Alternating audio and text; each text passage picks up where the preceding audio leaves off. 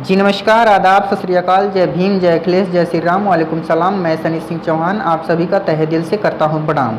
जी हाँ दोस्तों, मैं सनी सिंह चौहान आप सभी को अपने YouTube channel Sunny Singh Chauhan Indian में मोस्ट वेलकम करता हूं। दोस्तों आज का हमारा टॉपिक रहेगा वैल्यू एडिशन कॉन्सेप्ट। ठीक है दोस्तों, तो आज आप देख सकते हैं वैल्यू एडिशन कॉन्सेप्ट।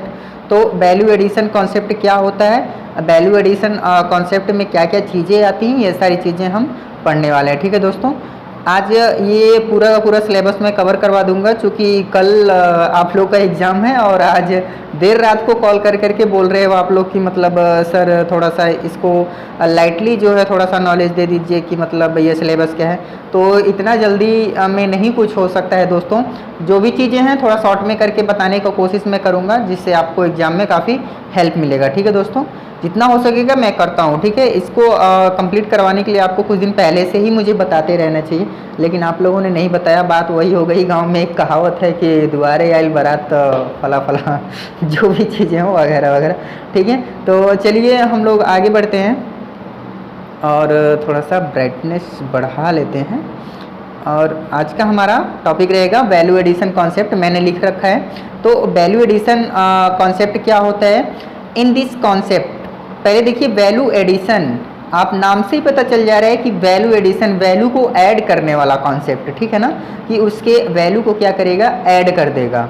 तो in this concept we reduce post harvest losses, यानी कि इस कॉन्सेप्ट में हम क्या करते हैं कि पोस्ट हार्वेस्ट लॉसेस को रिड्यूस कर देते हैं, कम कर देता है। वैल्यू एडिशन कॉन्सेप्ट क्या करता है कि पोस्ट हार्वेस्ट लॉसेस को कम कर देता है। ये सारी चीज़ें इसमें आप पढ़ोगे। ये फिलहाल मैं समझ लीजिए एक तरह से आपको डेफिनेशन बता रहा हूँ। And increase the period of storage, और इंक्रीज कर देता है पीरियड ऑफ स्टोरेज, यानी समय को क्या कर देता है, इंक्रीज कर देता है, बढ़ा देता है। मेकिंग बाय डिफरेंट प्रोडक्ट, यानी कि हम क्या करते हैं भिन्न भिन्न तरह के प्रोडक्ट बना करके उसी प्रोडक्ट से, जैसे कि फ्रूट या वेजिटेबल से, हम क्या करते हैं कि उसके स्टोरिंग पीरियड को बढ़ा देते हैं। ठीक है दोस्तों, तो वो क्या होता है, वैल्यू एडिशन कॉन्सेप्ट होता है। ठीक है, इसके बाद है आपका, देखते रहिए आपके सिलेबस में होगा principles and methods of preservation. तो principle and methods of preservation क्या होता है, ये मैं आपको बताता हूँ। The principle of preservation is to slow down the spoilage etcetera. देखिए प्रिंसिपल ऑफ प्रिजर्वेशन क्या हो सकता है, प्रिजर्वेशन क्या हो सकता है, स्लो डाउन कर सकता है, यानी कि स्लो डाउन करने के लिए, यानी कम करने के लिए क्या, स्पॉइलेज। स्पॉइलेज यानी किसी भी खाद्य पदार्थ का खराब होना, तो उसको स्पॉइलेज कहते हैं। तो सड़ने गलने या खराब होने से बचाता है, यानी कम करता है। तो ये हमारा प्रिंसिपल ऑफ प्रिजर्वेशन होता है। प्रिजर्वेशन के दौरान उसको सड़ने गलने से बचाया जाता है। For use in off season, यानी कि ऑफ सीजन में उसको प्रयोग भी करते हैं। ठीक है, प्रयोग करने के लिए। अब मेथड ऑफ प्रिजर्वेशन, अब प्रिजर्वेशन के क्या मेथड होते हैं, ये सारी चीज़ें हम देख सकते हैं। तो प्रिजर्वेशन के मेथड देख लेते हैं। There are many way to preserve the fruit and vegetables. देखिए यहाँ पे बहुत से तरीके हैं प्रिजर्व करने का फ्रूट और वेजिटेबल्स को। Like the use of high temperature, यानी कि पहले क्या कर सकते हैं कि हाई टेम्परेचर का यूज करके हम उसको प्रिजर्व कर सकते हैं। The use of low temperature का यूज करके। और उसके बाद केमिकल प्रिजर्वेशन, यानी केमिकल प्रिजर्वेशन से, और फर्मेंटेशंस एंड पिकलिंग। तो इनके द्वारा हम क्या कर सकते हैं, प्रिजर्व कर सकते हैं फ्रूट्स एंड वेजिटेबल्स को। अब देखिए जो पहला वाला है the use of high temperature. The use of high temperature में, यानी कि देखिए नाम से ही पता चल रहा होगा कि हाई टेम्परेचर यानी कि अधिक टेम्परेचर का प्रयोग करके। अब अधिक टेम्परेचर के का मतलब ये हो गया कि जैसे 100 डिग्री सेल्सियस। ठीक है दोस्तों, 100 डिग्री सेल्सियस जो है कि टेम्परेचर हो, और उससे हम क्या कर सकते हैं, प्रिजर्व कर सकते हैं। ठीक है दोस्तों, तो इसमें क्या होता है कि जो इसमें प्रिजर्व किया जाता है, थोड़ा सा सुन लीजिए, आप लोग लिख लेंगे बना करके। हाई टेम्परेचर का मतलब ये हो गया 100 डिग्री सेल्सियस से प्रिजर्व करना, यानी कि पानी से भी किया जा सकता है और बिजली से भी किया जा सकता है, और वाष्पित करके, पानी को वाष्पित करके 100 डिग्री सेल्सियस पे क्या किया जा सकता है, प्रिजर्व किया जा सकता है। जो वो फ्रूट होगा, फ्रूट और वेजिटेबल्स होगा, उसका बाहरी आवरण थोड़ा सा जल सकता है। मैं आपको ऐसे समझाता हूँ आसानी से। ऊपर का जो भाग होता है थोड़ा सा जल सकता है, बट उसके अंदर का जो मुख्य भाग होते हैं उनमें जो भी आपकी विटामिन्स और मिनरल्स जो भी चीज़ें होती हैं वो बरकरार रहती हैं और उनको आप यूज कर सकते हैं। तो इस तरह से प्रिजर्व कर सकते हैं the use of high temperature, ऐसे आसानी से आप समझ लो। The use of low temperature, अब लो टेम्परेचर में भी आप क्या कर सकते हैं, प्रिजर्व कर सकते हैं। आप देखते ही हो कि मतलब कोल्ड स्टोरेज में किया जाता है, ठीक है दोस्तों। तो 0 से 5 डिग्री सेल्सियस पे किया जाता है और हाई टेम्परेचर में 100 डिग्री सेल्सियस पे किया जाता है। देखिए हमने यहाँ लिख रखा है, ठीक है दोस्तों। तो ये आप समझ सकते हैं हाई टेम्परेचर और लो टेम्परेचर पे।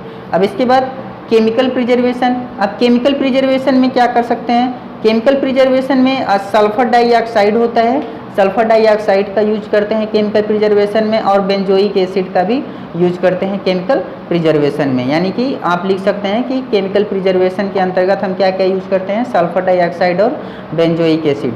अब इसको डिटेल में आप लिख लीजिएगा, मैंने आपको बता दिया है सिर्फ, ठीक है ना, कि बेंजोइक एसिड क्या होता है ये आप जानते भी होंगे, और सल्फर डाइऑक्साइड का भी यूज हम करते हैं, ठीक है दोस्तों। अब इसके बाद fermentation and pickling, fermentation and pickling में क्या करते हैं कि फर्मेंटेशन क्या होता है, decomposition, decomposition of carbohydrates, decomposition of carbohydrates. अब डिकम्पोज करता है कार्बोहाइड्रेट्स को, डिकम्पोज करना, किसी भी फ्रूट के कार्बोहाइड्रेट्स को क्या कर देना, डिकम्पोज कर देना, उसके माइक्रो ऑर्गेनिज्म को या एंजाइम्स को, उसके जो माइक्रो ऑर्गेनिज्म हैं या एंजाइम हैं उनको क्या कर देना, डिकम्पोज कर देना, क्या कहलाता है, फर्मेंटेशन कहलाता है।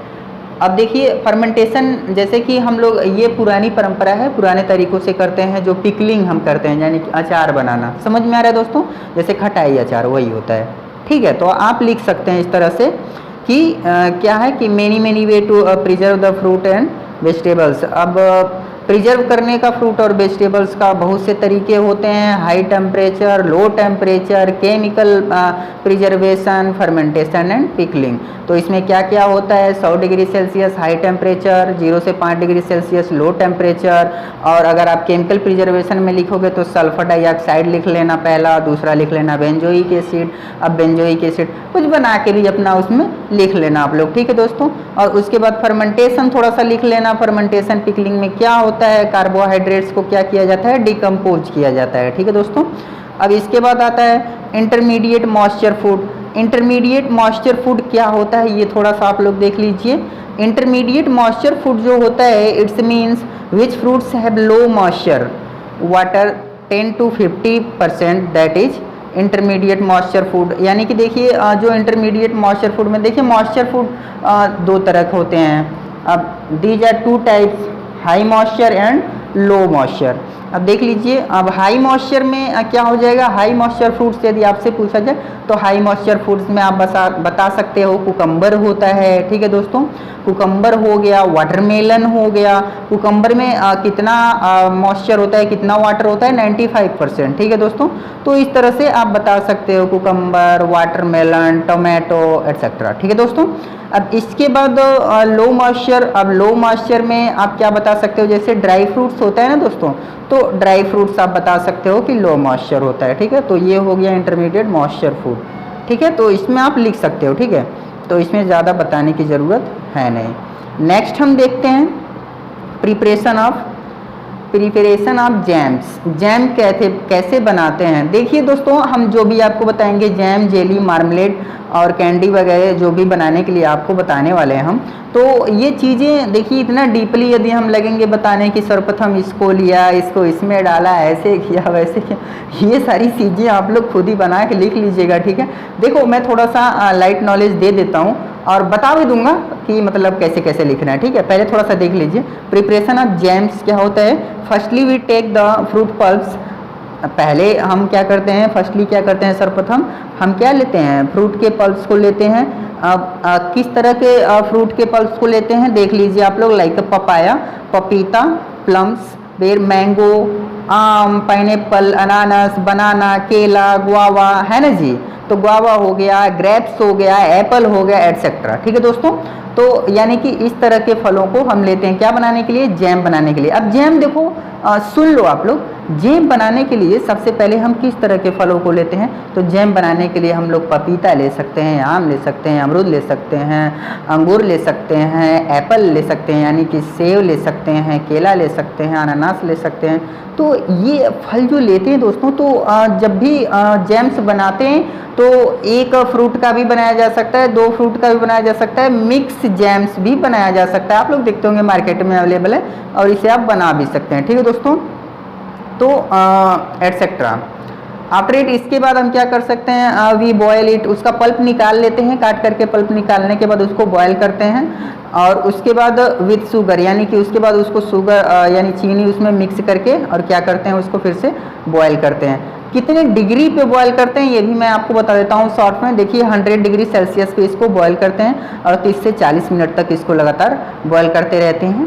और अब देखिए शुरू से अगर मैं आपको समझाऊं कैसे कैसे क्या लिखना है तो अभी बता देता हूँ, थोड़ा से भी देख लीजिए। मैंने यहाँ लिख रखा है 45%, 55%, पी और यस करके मैंने लिख रखा है। पी का मतलब हो गया आपका पल्प, यानी कि जो फ्रूट का पल्प होगा वो 45% होना चाहिए, यानी 100% में 45% फ्रूट का पल्प होना चाहिए और 55% जो है आपका शुगर चीनी उसमें मिला होना चाहिए, जिससे हम क्या बनाएंगे, जैम्स बनाएंगे। आप देखते होंगे दोस्तों कि जैम जो होता है अधिक मीठा होता है। तो मीठा क्यों होता है, क्योंकि उसमें 55% चीनी होता है। देखिए चीनी से ही जो है कि उसको प्रिजर्व करने का उसकी टाइमिंग बढ़ाई जाती है। ठीक है दोस्तों, तो इसलिए चीनी ज़्यादा मिलाई जाती है। अब देखिए आप लोग लिखेंगे कैसे, ये थोड़ा याद रखना आप लोग। 45% पल्प होगा और 55% शुगर होगा, चीनी होगा। ठीक है दोस्तों, देखिए सबसे पहले आप लिखेंगे, अगर आप हिंदी में लिखते हो तो लिखोगे सर्वप्रथम, अगर इंग्लिश में लिखते हो तो फर्स्टली वी टेक, मतलब ठीक है जो भी लिख रहे हो मैं बता देता हूँ आपको कि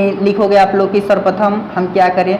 सर्वप्रथम हम एक साफ़ सुथरे बर्तन को लें, यानी कि जो भी भगोना लिया, समझ में आ रहा है, कढ़ाई लिया, या मतलब इससे पहले आप लिख सकते हो कि सर्वप्रथम हम बाज़ार से जा कर के फल खरीदे और अच्छे फल खरीदे जो रोग रहित हों, समझ में आया दोस्तों।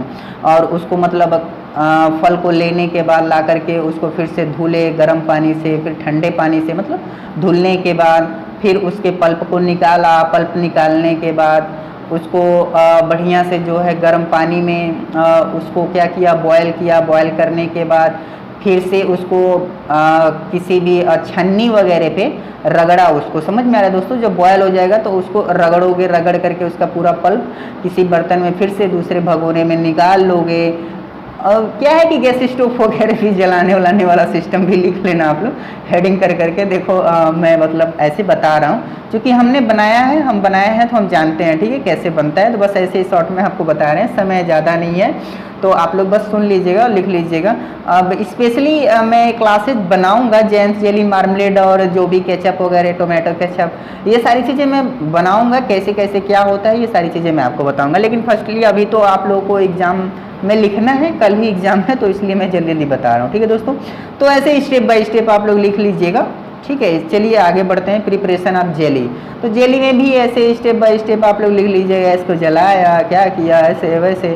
Firstly we take the fruits like guava, यानी कि हम क्या करते हैं, सबसे पहले जेली बनाने के लिए फ्रूट्स लेते हैं। किस तरह का फ्रूट्स, जैसे गुआवा हो गया, यानी कि अमरूद हो गया, प्लम हो गया, करौंदा हो गया, पपाया हो गया, एटसेट्रा, जिनमें पेक्टिन की मात्रा ज़्यादा हो। देखिए इनमें मतलब ऐसे फ्रूट्स चाहिए जिसमें पेक्टिन ज़्यादा हो, और इसमें जो है 35% क्या होना चाहिए, पल्प होना चाहिए। ठीक है दोस्तों, ये भी याद रखिएगा आप लोग, हमने लिख रखा है 35% पल्प होना चाहिए और 65% आपका शुगर होना चाहिए। किसमें, जेली में, यानी कि जेली में। जेली सबसे पहले किस तरह का फ्रूट्स होना चाहिए जिसमें पेक्टिन की मात्रा ज़्यादा हो, तो आप जानते हो कि गुआवा में पेक्टिन की मात्रा ज़्यादा होती है, पपाया में होती है। ठीक है दोस्तों, तो ये सारी चीज़ें मतलब होनी चाहिए और उसमें 35% क्या होना चाहिए, पल्प होना चाहिए, तो 65% क्या, शुगर होना चाहिए। ठीक है दोस्तों, बाकी क्रियाएं ऐसे ही होंगी। ठीक है, प्रिपरेशन ऑफ मार्मलेड, मार्मलेड कैसे बनाना है ये भी मैं आप लोगों को बता देता हूँ।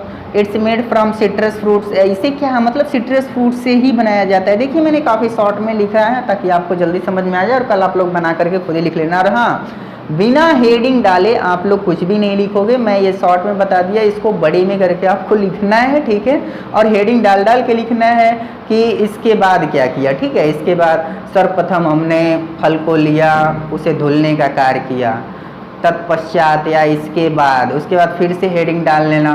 ठीक है, बर्तन की धुलाई, और फिर से क्या करना है, गैस स्टोव जलाया, फिर से फल को जो है छन्नी से छाना, उसका पल्प को निकाला, फिर से उसमें चीनी की मात्रा इतना % डाला और उसको फिर से गर्म करने के लिए उस पर रखा गैस चूल्हे पे, फिर रखने के बाद फिर मतलब ऐसे ही करके पूरा लिखना है आपको। और हाँ, एक चीज़ और, इनको पैकिंग वगैरह के लिए देखिए जैम्स, जेली, मार्मलेड वगैरह पैकिंग के लिए भी आपको लिखना होगा कि इसको जो है साफ और मतलब साफ़ सुथरे बर्तन में, या एयर टाइट कैप वाला जो मतलब बॉटल हो,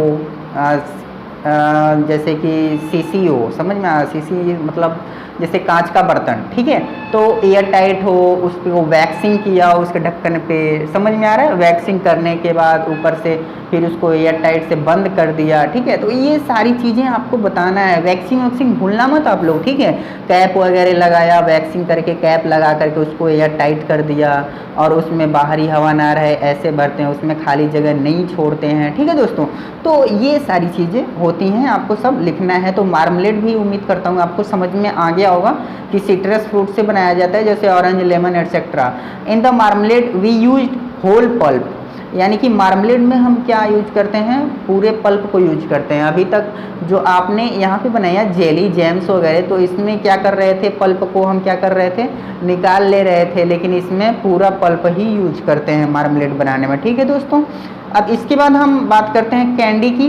तो कैंडी देख लीजिए, थोड़ा सा मैंने लिखा है, the most suitable fruits for candying are amla, pineapple, papaya, karonda, apple, ginger, ठीक है दोस्तों। तो ये सारी चीज़ें क्या हैं, ये कैंडी बनाने के लिए बहुत सूटेबल होती हैं फ्रूट्स का। कौन कौन सी होती हैं, आंवला होता है, पाइनएप्पल होता है, पपाया होता है, तो ये सारी चीज़ें, ठीक है। कैंडी है higher % of sugar, near about 75% sugar. अब देखिए सबसे ज़्यादा अगर शुगर की मात्रा किस में होती है, तो कैंडी में होती है, 75% शुगर की मात्रा होती है, ठीक है दोस्तों। तो ये आप लोग याद रखेंगे कैंडी बनाने के लिए। Fermented and non fermented beverages. अब देखिए fermented and non fermented beverages क्या होता है। बेवरेजेस हम पेय पदार्थ, ठीक है दोस्तों। तो फर्मेंटेड क्या होता है, नॉन फर्मेंटेड। अब देखिए मैंने लिख रखा है fruits juices which have alcoholic fermentation that is fermented, which do not have alcoholic fermentation not non fermented beverages. अब देखिए ये जो पेय पदार्थ होते हैं जिसमें एल्कोहलिक फर्मेंटेशन होता है, जो एल्कोहलिक होता है तो उसे फर्मेंटेड कहते हैं। क्या कहते हैं, फर्मेंटेड कहते हैं। और नॉन फर्मेंटेड किसे कहते हैं, जिसमें एल्कोहलिक फर्मेंटेशन ना हो, ठीक है दोस्तों। Which do not have alcoholic fermentation that is non fermented, ठीक है दोस्तों। तो ये चीज़ें होती हैं, उम्मीद करता हूँ आप लोगों को समझ में आ गया होगा। ये पेय पदार्थ के बारे में बात की जा रही है, ठीक है दोस्तों। तो इसके बाद ये जो है कि आपको हमने बता दिया। अब आपका सिलेबस थोड़ा सा देख लेते हैं। इसके बाद देखिए कि यहाँ पे है कैंडी मैंने बता दिया, concept and standard, fermented and non fermented, ये भी हो गया, बेवरेजेस। अब इसके बाद टोमेटो प्रोडक्ट्स। देखिए टोमेटो प्रोडक्ट्स में आप लिख सकते हो, टोमेटो प्रोडक्ट्स में क्या लिखोगे आप लोग, टोमेटो प्रोडक्ट्स में आप लोग लिख लेना जैसे टोमेटो सॉस, टोमेटो केचप, ये सारी चीज़ें आप लोग लिख सकते हो, ठीक है दोस्तों। तो ये टोमेटो है, तो यहाँ से tomato sauce, tomato ketchup etcetera आप लिख सकते हो, ठीक है, टोमेटो प्रोडक्ट्स में। तो उसके बारे में भी लिख देना। आप लोग खाए भी होगे टोमेटो सॉस, टोमेटो केचप, तो जानते भी होगे उसका टेस्ट कैसा होता है। तो वो सारी चीज़ें अगर आता है, टोमेटो सॉस, टोमेटो केचप कुछ भी पूछ दे तो आप लोग लिख देना। या तो प्रोडक्ट ही पूछे तो टोमेटो पाउडर वगैरह, मतलब उसका भी बनाया जाता है, ये भी ड्राई किया जाता है, ठीक है। तो वो भी आप लोग लिख देना कि ड्राई। देखिए concepts and standards, drawing and dehydration of fruits and vegetables, ये चीज़ें मैंने आपको प्रीवियस क्लासेज में देखिएगा इंजीनियरिंग में बताया है, और उस क्लास को देख लीजिएगा फिर से। Drawing and slash dehydration of fruits and vegetables, यानी कि ड्राई करना, सुखाना या डिहाइड्रेट करना। डिहाइड्रेट का मतलब उसमें से पानी की मात्रा को निकालना, ठीक है दोस्तों, उसमें से जल को क्या कर देना, डिहाइड्रेट कर देना। तो फ्रूट्स एंड वेजिटेबल्स है, ठीक है। तो कॉन्सेप्ट एंड मेथड्स, उसके मेथड्स क्या हैं, osmotic drawing, osmotic drawing. Osmotic drawing क्या होता है, कैनिंग क्या होता है, ये भी आप लोग देख लीजिएगा। कैनिंग क्या होता है, concepts and standard packaging of product, packaging of products आप लोग देख लीजिएगा। ये सारी चीज़ें इजी हैं, ये आप लोग बना के लिख सकते हैं। एक बार फटाफट आप लोग देख लीजिएगा सारी चीज़ें क्या क्या होती हैं और इसे आप लोग कर लीजिएगा। ठीक है दोस्तों, उम्मीद करता हूँ आप लोग को ये क्लासेज अच्छा लगा होगा। जो प्रीवियस क्लासेज हैं उन्हें भी देख लीजिएगा और एग्ज़ाम में अच्छे से जाइए और अच्छे से लिखिए, दिमाग शांत करके जाइएगा। बेस्ट ऑफ लक और हमारी तरफ से आप लोग को ढेर सारी शुभकामनाएं। और हमें पता है कि ये क्लासेज सही से कवर नहीं हो पाया है, क्योंकि आप लोगों ने भी मतलब बीच में कांटेक्ट नहीं किया मुझसे। तो बीच में यदि आपने कांटेक्ट किया होता तो डेली कुछ ना कुछ धीरे धीरे कवर किए होते तो अच्छे से डीपली कवर थोड़ा सा हो गया होता। लेकिन ठीक है, अच्छा है, लाइट नॉलेज में भी हमने काफ़ी कुछ कवर कर दिया है और कुछ भी छोड़ा नहीं है। उम्मीद करते हैं आप लोग सही से कर लेंगे। नमस्कार दोस्तों।